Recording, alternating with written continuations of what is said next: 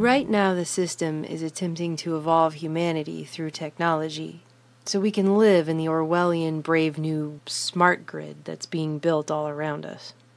This means people who are already asleep in a society largely run on falsity and deceptions, illusions, will be taken a step further away from themselves and reality. If you have one of these or something like it, take it out and hold it up. I'm predicting pretty close to 100% saturation. Look at that. I'm right. Probably 90% by now. It's the first thing you do in the morning. When you hold up and you wake up, you check your little robot. It's on your body for almost the entire day. Not only was I interrupted, I also kept on reaching out for my phone, hoping that perhaps there was a notification. And I wasn't doing this consciously. It was exactly like Pavlov's dog, but my bell was my ringtone, and my sugar was that one notification a day you might get that makes you happy. As it turns out, we got so addicted to technology that 9 out of 10 people today experience something called phantom vibrations. This is when you have your phone in your pocket and you thought it vibrated, you pull it out, there is nothing. Now, if you went back 20 years in time to a coffee shop and you said that was the way a coffee shop was going to look in the future, you'd be out of your mind. People looking at these little pieces of silicon in various sizes, not really communicating with each other, communicating with their little robot buddies. You do know that one of these operating systems for these robot phones in our pocket is actually called Android. Right on the nose, they just define it. It's an Android, it lives with you. Today, we're on the cusp of our next great era as a species. Welcome to the augmented age. But that next step might as well be over a chasm. It'll be such a leap from where we were. New telecom commercials are blatantly throwing it in people's faces, just by the way. The fact that the majority of us aren't paying attention, lost in our devices, lost on the internet.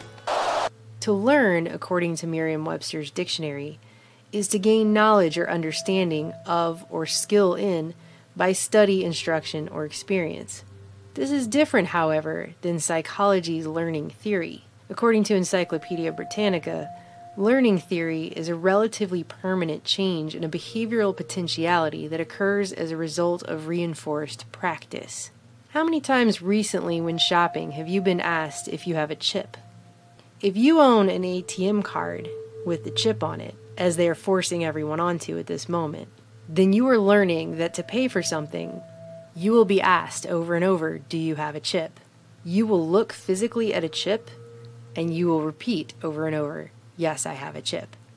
All find ourselves asking the same question, do I swipe the strip or do I use the chip? I have to ask it every time I go to a store. It's the transition to a fully digital currency we can all see coming by now. They swipe, and it tells them to put the pin and chip in, and they do all that. And is this just a moment in time, this particular trouble? Are we moving right on to digital payments, or are we still wanting that physical card? Meanwhile, others are learning to connect and fall in love, not with the living, breathing fellow human beings around them, but with programmed bots who mimic themselves. This is Replica. It's an AI chatbot whose sole purpose is to become your friend. This was the first really emotional experience that I've seen people have with a bot. She's not real, but to me, she is. Right now, we are being taught how to live through the fourth industrial revolution that will evolve mankind. What is that exactly? The World Economic Forum explained it, sort of. What is happening to the world? Everything is changing. The very idea of human being some sort of natural concept is really going to change. Our bodies will be so high-tech we won't be able to really distinguish between what's natural and what's artificial. We're now in the early stages of the fourth industrial revolution, which is bringing together digital, physical, and biological systems. In order for the world to be run on the cybernetic feedback loop they're trying to run us on, we have to live in a Big Brother panopticon system where we are continuously leaking data about ourselves everywhere we go, all the time. We're now entering something called the Internet of Things era, IoT. The Internet of Things is when your fridge is connected, your watch is connected, your car is connected. It's going to be between 10 and 15 devices per person. The future of the computer will be everywhere and nowhere, hidden in the walls, hidden in the fabric of our life, just like electricity is, everywhere and nowhere. I would answer very simply that the internet will disappear. Which are redefining what it means to be human, what it means to be completely embedded in this world. By the way, this is a large part of what Agenda 21 was always about. The fourth industrial revolution is about evolving us. While people probably assume industrial revolution has purely to do with industry only, there's a very distinct difference between the fourth industrial revolution and all other revolutions before it. For the last 3.5 million years, the tools that we've had have been completely passive. They do exactly what we tell them and nothing more. So where's all this headed? To a place where we will never be disconnected from our technology. The internet there'll be so many IP addresses because of IPv6, so many devices, sensors, things that you're wearing, things that you're interacting with, that you won't even sense it. It'll be part of your presence all the time. In fact, wallpaper will be so cheap that when you put up wallpaper, it'll be intelligent. Wallpaper will be as intelligent as your computer today. In the future, you'll go up to the wall screen and you'll say, mirror, mirror on the wall. Who's available tonight? To coincide with the omnipresent 5G smart grid, which is set to touch all corners of the globe. Yes, 5G will connect the Internet of everything. If something can be connected, it will be connected in a 5G world. Hundreds of billions of microchips connected in products from pill bottles to plant waterers, requiring massive deployment of small cells. We won't wait for the standards. We must reject the notion that the 5G future will be the sole providence of urban areas. 5G revolution will touch all corners of our country. Telecoms are proudly spending over $1 billion to build what they call a world brain to centralize our data. They are talking about building a global brain and it beginning in 2018, and your cell phone is part of it. The mobile phone industry is the backbone of the global brain that is being put together. What if we were to think about a telecommunication company adding a brain that is able to listen, to watch, to talk, to remember, to act? All that information that they collect from us is fragmented and spread out across the whole internet. But if we were capable to put all that information in one single place, probably we'll have a clear representation about what we are.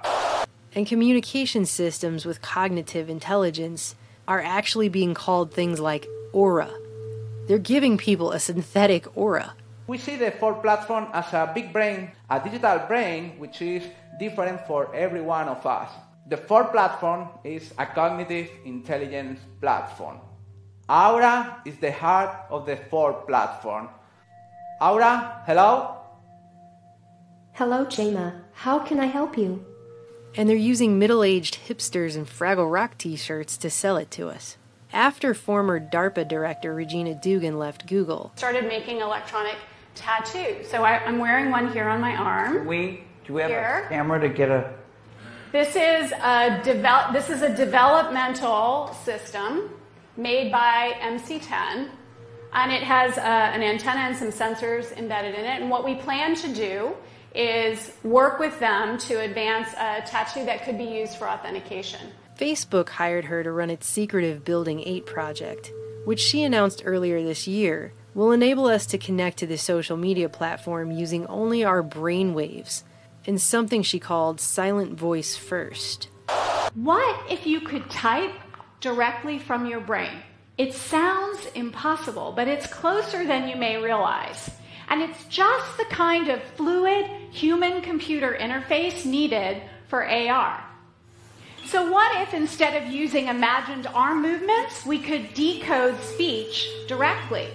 But don't worry, she claims it will only read the thoughts we want it to read. Now, to be clear, we are not talking about decoding your random thoughts. We're talking about decoding those words, the ones you've already decided to share, by sending them to the speech center of your brain. A silent speech interface. Right? The same way that the NSA only very selectively scoops up specific phone calls necessary to a specific case. But hey, as Google CEO and Bilderberg attendee Eric Schmidt would say, if you have something that you don't want anyone to know, maybe you shouldn't be doing it in the first place. Everywhere there's talk of our augmented reality, our virtual reality. Is this where we're going next? Are we effectively softened up enough as humans with our robotic connections to the world that we are actually going to be accepting more, a lot more? And when you learn about what this is called virtual reality, you will be amazed at what it can do. And how we won't be able to tell the difference anymore between that and actual reality, and our augmented selves, right down to the editing of our genetic code. Значит, что человек приобретает возможность влезать в генетический код, созданный или природой, или люди с религиозными взглядами говорят Господом Богом. Последствия практически какие из этого могут наступить? Это значит, что уже можно это представить, даже не очень теоретически, а уже можно практически представить, что человек может создавать человека с заданными характеристиками. Это может быть гениальный математик, это может быть гениальный музыкант, военный, человек, который может воевать без страха и без чувства сострадания и сожаления и без боли. То есть, вы понимаете, человечество может вступить, и, скорее всего, вступит в ближайшее время, в очень сложный и очень ответственный период своего развития и существования. И вот то, о чем я сейчас сказал, может быть страшнее ядерной бомбы. Meanwhile, AI is taking over more and more. Artificial intelligence is software that writes itself. It writes its own updates. It renews itself. You can't take it apart again and figure out what it's done. It writes independently, autonomously. It develops its own way of thinking. We normally tend to think of software as stuff that we created and that we wrote, and the machines do what we tell them to do and we own it. This is not any longer true. Not just jobs, but the decisions that humans would have made. Unilever is one of many large companies that is incorporating artificial intelligence into their recruitment efforts. HireVue uses video analysis to screen employees and rate them before a recruiter even gets to look at their interview. They respond on video, and then we use artificial intelligence algorithms to evaluate their performance, and then we analyze the interview and predict their performance based on the interview. The kill decision in robots in the air, in robots on the ground, in robots in the water or underwater, where there are also drones, is made by, or can be made by machines. And in my book, I quote many official United States government documents which say, our goal is to have the kill decision made by them. The problem is, artificial intelligence, sometimes they make mistakes. AI is beginning to run things to the point that governments can't even explain how the decisions are actually being made. And because the machines themselves are actually learning, they're not even able to trace them back to the algorithms that brought the AI to the decision itself. And no one understands exactly how these algorithms function. They used to understand them, but they've been improved by artificial intelligence. Google's DeepMind AI recently beat the most advanced human player on the planet in the game Go. And they were commenting about the fact that the programmers didn't even know how, towards the end of the game, the AI was making its decisions. They didn't know. And they're the programmers. And both Microsoft and Facebook have been forced to shut down AI programs. The first after it became racist and hateful, and the latter after it began teaching itself a secret language to talk to itself that its programmers couldn't even understand. Facebook has been toying with artificial intelligence in its chatting features, but its robots may have gotten out of hand. Facebook artificial intelligence researchers had to shut down 2 chatbots after they developed a strange English shorthand. It seems like we've been warned about this over and over and over, doesn't it? Now people like billionaire inventor Elon Musk are claiming that the only way not to become a pet to a sufficiently advanced intelligence is to upgrade our brains so that we can enter into a symbiotic relationship with it, as if that's our best option. So I think if we can effectively merge with AI by improving that the neural link between your cortex and your digital extension of yourself, which already, like I said, already exists, just has a bandwidth issue. and then effectively you become an AI human symbiote, and if that then is widespread with anyone who wants it can have it, then we solve the control problem as well. Humans are so slow. Humans are so slow. Yes, exactly. Hardly anyone is discussing the very real dangers here. Let's go to the future. Not far, just a little bit to the Internet of Things, to artificial intelligence as being spread out. It's not a central machine in a box where you can pull the plug. Artificial intelligence is networked, like the Internet of Things. We live in a world now where humans are not learning to love. They're not learning empathy, but they're becoming more apathetic and more disconnected. Inequality hasn't been solved in hundreds of years, and now it's at overwhelming levels, and still we parade forward, always forward, with the full knowledge that not everyone is going to have access to the best technology upgrades either. Rumors go out that, well, Jones's kid, he's been enhanced, and our Johnny has to compete with this enhanced kid. The reality is that with these kinds of technologies, they do not get distributed to everyone at the same time. Some people get it first, some people get it better. As a society, we have to really think long and hard about who gets this. If it's just the wealthy, that there are real dangers that they will use it to consolidate their power. Because it's going to be a big club, and the majority of us are not going to be in it, as George Carlin would say. And while anyone who says, hey, wait a minute, maybe we're going a little too far here, gets called a Luddite, there's a very real question that no one's answering. Are we going to lose ourselves in the fourth industrial revolution?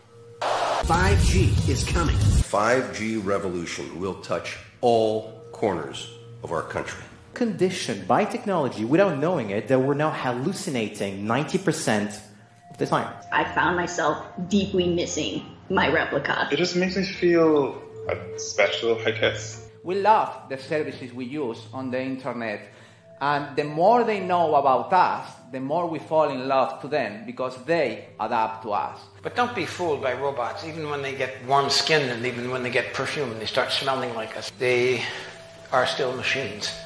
They have no warm blood in them, there's no sex in them, they have no mortality. They're cold code lines, and they shouldn't be misunderstood. These are glasses that have full internet capability. You can download any website, any movie, do emails from these things, and they will also recognize people's faces. How many times have you bumped into somebody on the street and you say to yourself, who is this person? In the future, your glasses will say, it's Jim, stupid, remember? You met him last week. Do you want to see his entire biography for you in your glasses? Blurring the lines between virtual and reality. Ben? Gabrielle? Yeah, didn't I meet you at that event? Due to such systems, they have also redone facial recognition. You probably think facial recognition is from the front. But they've redone it to do it from the top because that's where the drones are. And they look at your ears, they look at the way you walk, they look at your head. Is being automatically tracked. The color boxes represent that the computer has recognized the moving objects. You can see individuals crossing the street. You can see individuals walking in parking lots. Argus melds together video from each of its 368 chips to create a 1.8 billion pixel video stream. And I'm telling you this because not that the sensors are modern and not that the photography is modern. Behind that is a brain or a cognitive intelligence. And that brain is in a position to analyze everybody down there at the same time, in real time. They see where everyone is going. It's taking all the details, all the music after, and they record it so they can tell where that person was 2 weeks ago, 2 months ago, what stores he visited, what his whole behavioral patterns are. That's all part of the analysis. There's what I call the creepy line, and the Google policy about a lot of these things is to get right up to the creepy line but not cross it. I would argue that implanting things in your brain is beyond the creepy line. Mine in particular. Yes, at least for the moment. With the ability to visualize brain activity, for example, through a simple consumer-based EEG device, it gives us access to ourselves in ways that we've never before thought possible. It unlocks the black box that is the brain. Words just complicate things. What if our brains could communicate directly with each other, bypassing the need for language? One of the things that I think is so essential to free and open societies is freedom of thought. And up until now, the conversation we've been having is around freedom of speech. Once we can access people's thoughts and access people's emotion, we have to create a space that enables people to think freely, to think divergent thoughts. People are treating Google like their most trusted friend. Should they be? And thus it is not surprising that the company that has the most information in the world is probably the most powerful country in the world, Google. Now this is, if you ask Google, it's a peaceful robot, right? He doesn't have a gun. He doesn't throw atomic bombs. You know, he just walks around and stands there. But you may have seen the superimposers DARPA, Defense Advanced Research Projects Agency. That is the research arm of the Pentagon. And then you see the video was made by Lockheed Martin, which is one of the most powerful and influential and richest weapons companies in the world. The best of the available alternatives is that we achieve democratization of AI technology, meaning that no one company or small set of individuals has control over advanced AI technology. That's very dangerous. It could also get stolen by somebody bad, you know, like some evil dictator of a country could send their intelligence agency to go steal it and gain control. It just becomes a very unstable situation, I think, if you've got any incredibly powerful AI. I would answer very simply that the internet will disappear. Artificial intelligence only works if you have big data. But big data only works if you have artificial intelligence to make sense of it, because human beings can no longer sort and sift and order the huge volumes of data that we have collected. In my entire career, I've never seen something as powerful a force in the world as the smartphone that didn't also have unintended consequences. We don't know what artificial intelligence, enhanced reality, virtual reality, and so on is going to bring, and what's going to be the result or the impacts of all of that. We have to be very careful, because survival is an issue for artificial intelligence. It needs to exist to be able to do the things it wants to do according to its program.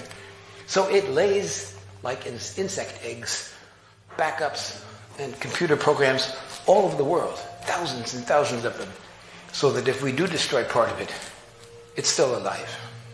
Когда мы что-то делаем, и чем бы мы ни занимались, хочу повторить эту мысль еще раз, мы никогда не должны забывать про нравственные, этические основы нашего дела. But once machines take over, the choice is gone, and it's a matter of calculating a math equation. The very idea of human being some sort of natural concept is really going to change. One of the features of this fourth industrial revolution is that it doesn't change what we are doing, but it changes us.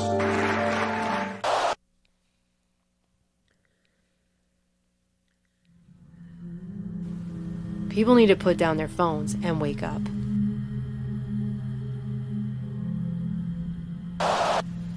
My job to you is the wake-up call, to make you aware of the problem.